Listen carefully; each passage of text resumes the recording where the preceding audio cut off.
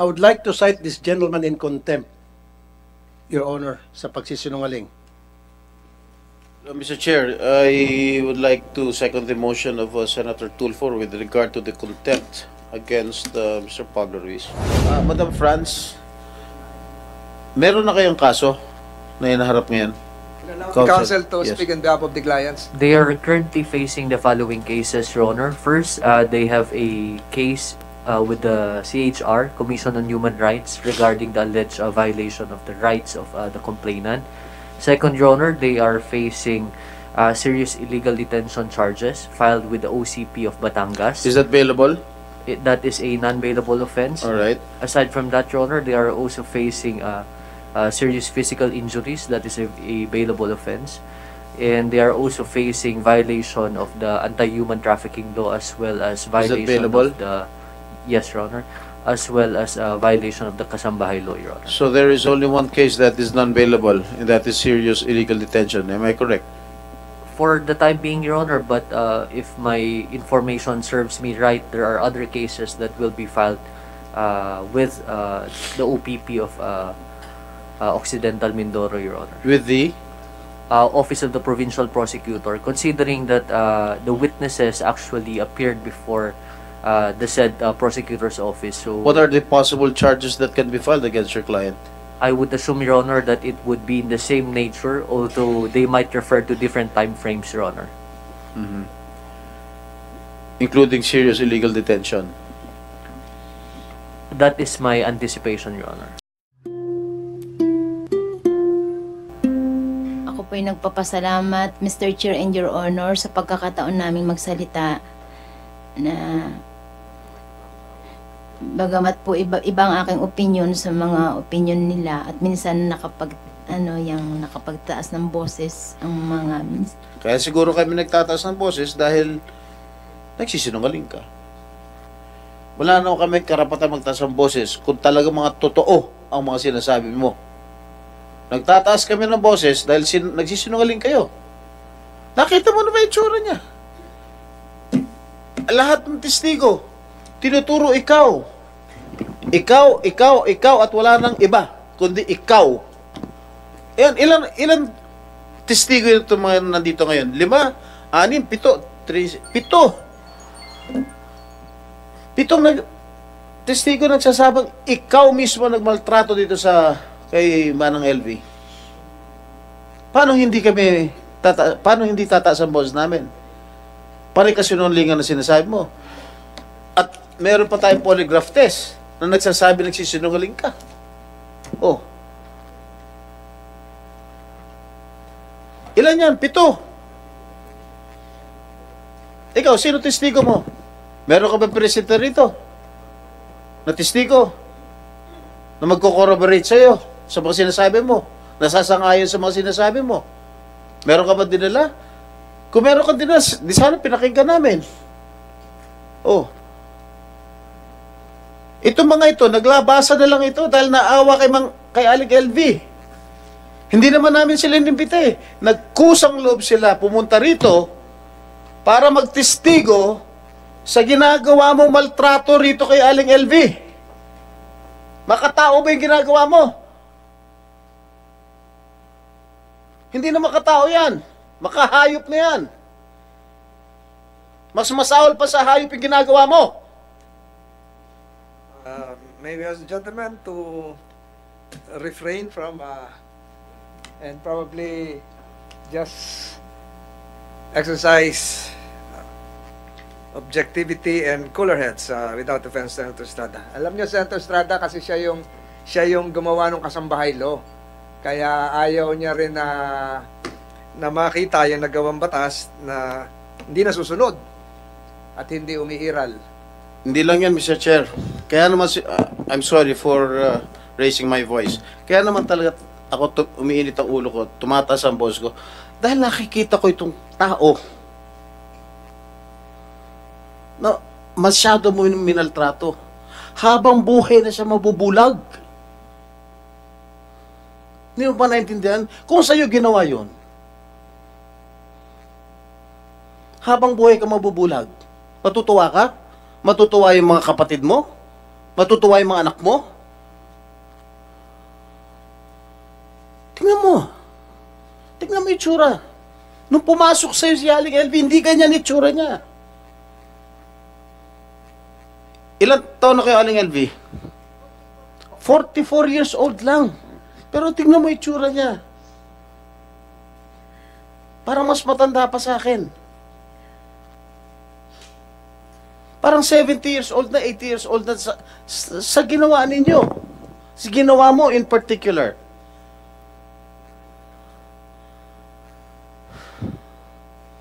Hindi na makatao yan.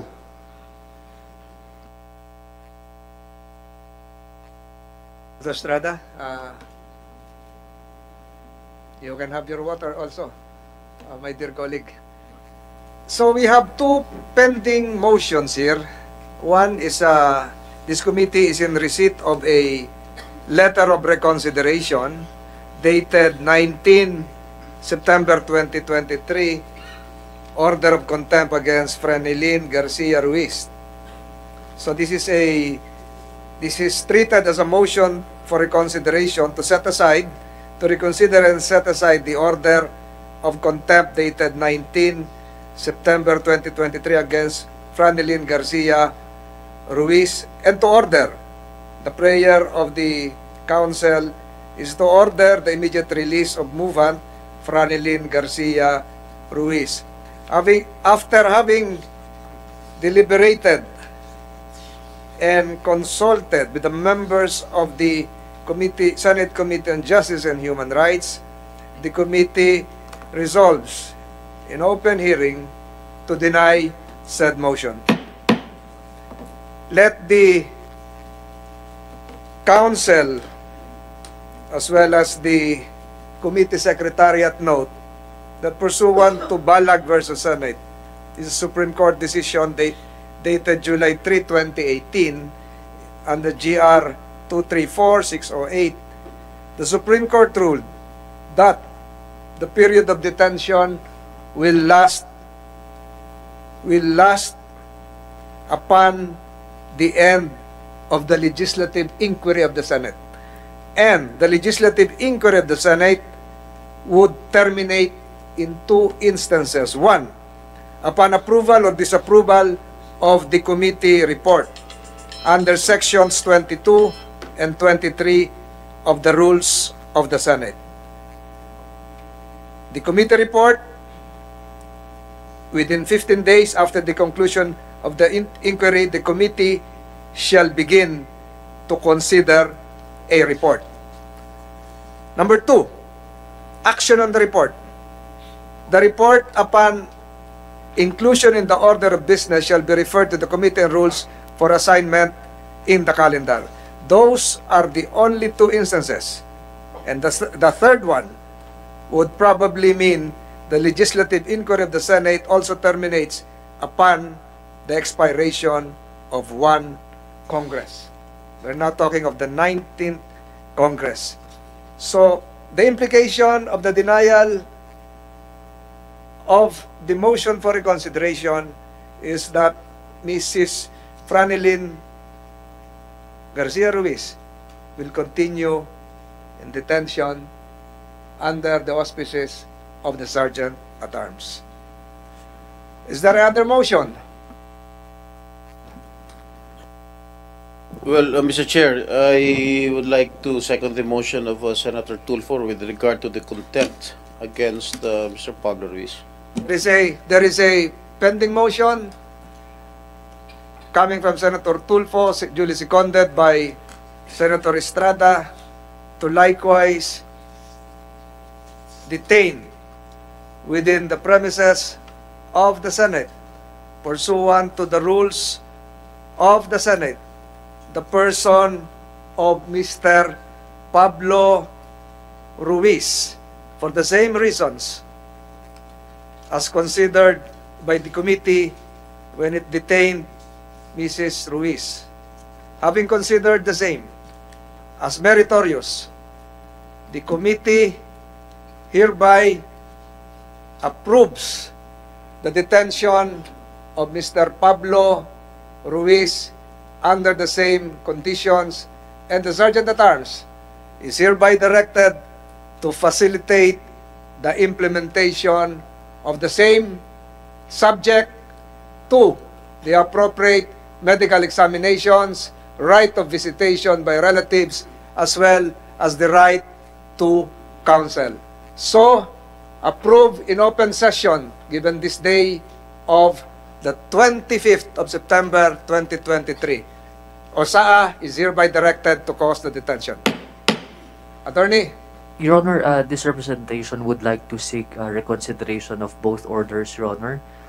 Considering that the spouses, Your Honor, have two children, one is a minor and another is 18 years of age, should both of them be sent for detention, Your Honor, at the same time, the two children will be left, Your Honor, alone in the said residence and without any means of livelihood at this time and without having made any arrangements for the welfare of both children, Your Honor. This They have representation- visitation rights, attorney. They can visit their parents. can you rephrase and repeat I what would- you've said, Attorney? This representation, Your Honor, would like to move for reconsideration of the order given by the Honorable Chairman, considering that the spouses have two children, Your Honor. One is 17 years of age and another is 18 years, without anyone taking care of them, Your Honor. And given this development, this would force the said children to stop going to school and most likely, Your Honor, to languish in despair, considering that there would be no adult of sufficient age to take care for. Wala for bang both of kapatid them. to si Franz who can take care of the kids? We Di would ba? Alam ko meron kang kapatid, di ba? Franz? we will That can take care of your children. we would diligently search for relatives, Your Honor, if this representation will not be, if this motion will be denied, Your Honor.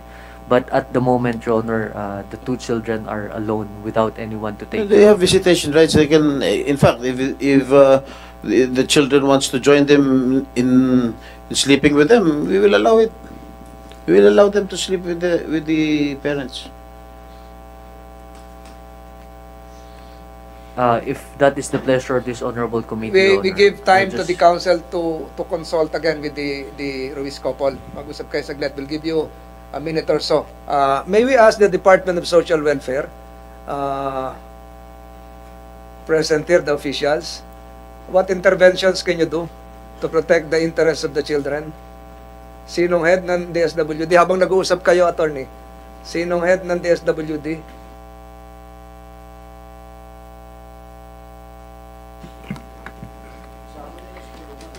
Mr. Chair, ako po ay from Occidental Mindoro, PSWDO. Actually, nakikipag-coordinate sa akin si attorney sa CHR para po i-locate yung dalawang bata. So, tatlong beses kami nagpunta sa kanilang bahay. Wala po doon si Mr. Ruiz at saka yung dalawang bata. So, naandun naman, Ano ibig sabihin po, wala sa bahay? wala po sa Occidental Mindoro. Meron Your kayang Honor. kamag-anak na pinuntahan? Actually, ang kausap po namin yung sister ni Miss Franz, si Nene, na siya ang nagtitinda at saka nag-take charge dun sa kanilang tahanan. Hindi, wala ho kayang nilipatan yung dalawang bata? Actually, wala po kaming makuhang magandang sagot kasi actually binigay din sa amin ang number ni Sir Ruiz, pero hindi rin po Can namin we siya discuss na-contact. this at the conclusion of this hearing in an executive session with CHR and the SWD? Yes, Your Honor. So, meron kayong kapatid, Mrs. Ruiz, na naiwan sa inyong lugar. Meron din po kayong kamag-anak kaya na pinuntahan. Hindi pwedeng hindi nyo sagutin to kasi ayaw naman natin mapahamak yung mga bata at we're always after the best interest of your children. Kung merong tinutuluyan sila ngayon dahil di sila makita ng DSWD, ayaw natin silang mapahamak. Gusto pa natin silang matulungan din at mapunta sila sa mabuting kondisyon. So, kung yun ang inaalala ni attorney at meron ka namang alam na pinaglipatan sila na kumupkup sa kanila ngayon, kung ano may tutulong ng DSWD at Commission on Human Rights, hindi po natin naharangin yan.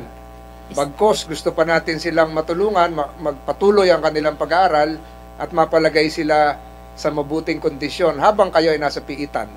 Mr. Chair, and besides, if I may interject, Mr. Chair, yung anak ni Franz, yung nagtestigo in executive session, nasa tamang edad na, 18 anyos, alright? At nakatira sa dorm. So, she's already independent. Nakatira sa meron kayo apartment, sariling apartment yata, di ba? Nangungupahan. Umalis na ba o nandun pa? Kasi may report sa akin ditong wala na. The older child, Your Honor, is living in the same apartment in Batangas. However, since the time that the issue broke out, there was no more available housing. Who is she living with? At present, Your Honor, she is accompanying Mr. Ruiz in coming to the Senate, Your No, Honor. sinong kasama nung anak niya ron sa Batangas? From the time that Mrs. Ruiz was detained, they were both in the custody of the father. So they were following him from Batangas, going back to Pasay and to Batangas again, Your Honor. Yung kapatid ni Franz? The sister, Your Honor, is left in Mindoro, Occidental, Your Honor. To take care of the business. To take care both of Or maybe her, we can her household. We can ask Mrs. Franz to talk to her sister to take care of her children. Yung isa pa, meron pa isang bata? Mr. Chair, dalawa po yung anak ko. Sila lang po dito. Kasama nga ni Mr. ngayon nandyan. Kung saan si Mr. dala-dala niya. Banggitin kasi Opo. dapat maprotektahan natin Opo. yung mga bata. Kasi wala po silang kasama. But the committee, as intimated by Senator Estrada, will provide extra space for the children if they so desire. If the parents would also desire to have the children with them in the premises of the Senate. But again, DSWD, Commission on Human Rights, I think you should both coordinate on how to protect the best interests of the child, how to ensure that they continue with their studies, how to ensure that they have the same allowances received before, and how they should be prevented from being quote-unquote bullied likewise because of the presence of the social media. Hindi po natin gustong sirain yung pag-aaral ng mga anak nyo. Napakalayo po sa isipan ng committee yan. Gusto pa namin maprotektahan yung inyong mga anak. Kaya pinapahintulutan namin po sila na kung gusto nyo makapiling dito sa premises ng Senado, ay yun po ay pahihintulutan. Senator Estrada? Malaya silang bumisita sa inyo araw-araw, gabi-gabi, minuto. Kung gusto nilang matulog dyan sa Senado, sa inyong piitan, we will not question it. That's enough. We will submit, Your Honor, Alright. and we will coordinate with the CHR regarding the welfare of the children. Although, for the record, we will not be bringing the children to the detention facility since the same may have certain effects, Your Honor, with respect to... May you get opinion of the human rights? Is that acceptable? Opo. Yung pagbisita? Kasi meron, hindi naman natin tinatanggal yung visitation rights ng immediate families, especially the minor children. No. Okay naman na matulog sila kung gugustuhin ng mga bata dun Yes, Yes, Your Honor. kahit meron separate room. There is a separate room para hindi maluwag-luwag naman.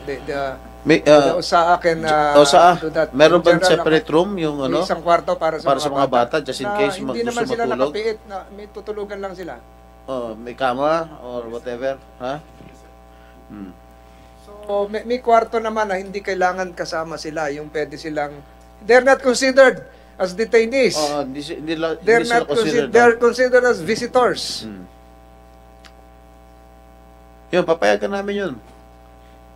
Buti nga, kaya may aircon pa, kami wala eh. The arrangement, Your Honor, that we have in mind would have to be in Batangas so that the children could continue with their school, Your Honor. So going to Pasay would be difficult, Your Honor, since Will the DSWD supervise the children to ensure that they go to school? Hindi naman yung maglakwat siya na lang o mapabayaan. As secondary parents, the DSWD, can you act as loco parenti? Your Honor, it was turned over already to CSWDO. Yung dalawa pong bata, at saka yung pong case ni Nanay LV. So, CSWDO is here. Apo. Yes po. So, can you take cudgels for the children? Hello po, good morning po. Yes po, Your Honor. We already conducted po ng school visitation Yung last... school, hindi, ibig sabihin ito, pasyalan doon kung saan sila nakatira, siguraduhin pumapasok sila, mapangalagaan din yung kanilang pangangailangan. Yes po. Maayos ba yung pananamit nila? Kumakain ba sila? Nag-aaral ba sila? Gumagawa ba ng assignment? Mapasok ba sa school? Hindi lang yung visitation sa school. Kasi visitation sa school, with all due respect, principal lang yung kausap nyo. Kailangan kausap na rito yung bata. Apo, yes po. Ang problem lang po, Your Honor, upon home visitation po sa boarding house po nung anak ni Franz, according po dun sa caretaker ay last August 2023 ay wala na daw po dun yung bata. Kaya hindi rin po namin alam, Your Honor, kung presently nasan po yung bata. Siguro, Counsel, pwede mong malaman yon at mamaya mag-usap ang DSWD, attorney, at saka si Human Rights para mapangalagaan yung bata. Saan ba talaga ngayon baka natatakot, nagtatago, o nasa ibang kamag-anak? Di ba? So, siguro makakatulong. Wag mo na sabihin dito na naka-broadcast sa lahat para parang executive session kayo ng DSWD, Human Rights, at ikaw bilang kinatawan ng mag-asawa, para masigurado natin na nasa magandang kondisyon yung dalawang bata. At again, kahit nag-aaral sila, yung Saturday and Sunday, pwedeng nandito sa Senado para makasama yung kanilang mga magulang. Hindi natin nahadlangan yon. And we encourage that. We will encourage that. Can we do that, Attorney? Huwag mo nang banggitin kung nasaan sila ngayon at baka hindi maganda at malaman ng nakakarami. We submit, Your Honor. And can this be done? Can this be explained, DSWD, to the children who are here? We'll provide a separate room for you. Do a post-hearing counseling.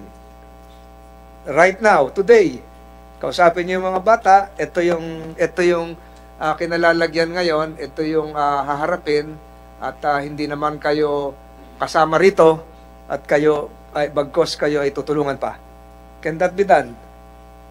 Yes po, Your Honor. In the presence of the human rights, in the presence of the parents as well. Although baka medyo emotional yan, alam nyo na siguro yung anong gagawin to, may training naman kayo dyan. Senator Estrada? Wala na po, Mr. Chair. So, we heard the council seeking another reconsideration with I object, Mr. Chair. the objection coming from Senator Estrada, but again, with the best interests of the child in mind, this committee hereby denies the same. Without objection on the part of my colleagues here, the Committee on Justice and Human Rights, fourth public hearing on the motu proprio inquiry to the severe battery and maltreatment of Kasambahay Ms. L.B. Vergara is hereby adjourned. Thank you.